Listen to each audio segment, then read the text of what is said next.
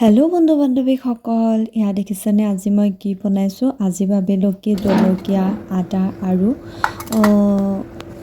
নহৰু দি পেলাই আচাৰকে অলপ বনোৱা যাওক। যিহেতুকে আমাৰ ঘৰৰে জলকীয়া আছে, সেইকাৰণে অলপ নহৰু, আদা আৰু এনেকৈ খুন্দি ৰ'দত প্ৰথমতে শুকাই ল'লোঁ। আপোনালোকে দেখিলেই চাগে মই ৰ'দত প্ৰথমতে গোটেইখিনি নহৰুখিনি এটা এটাকৈ আঁতৰাই মেলি ৰ'দত শুকুৱাই এয়া খুন্দনাত ধুনীয়াকৈ খুন্দি লৈছোঁ। আপোনালোকে মিক্সিতো দিব পাৰে, কিন্তু মিক্সিত দিলে সকলোখিনি গ্ৰেণ্ড হৈ যোৱাৰ সম্ভাৱনা থাকে। সেইকাৰণে অকণমান লাহেকৈ অকণমান খহটা টাইপৰ হ'বৰ কাৰণে মই এইদৰে খুন্দি লৈছোঁ। আৰু ইয়াত দেখিছেনে খহটা টাইপৰ হৈছে। আৰু এইটো চিচাৰ বৈয়াম এটাত ভৰাই লৈছোঁ ধুনীয়াকৈ। চিচাৰ বৈয়ামটোত ভৰোৱাৰ পিছত মই ৰ'দত দিছোঁ।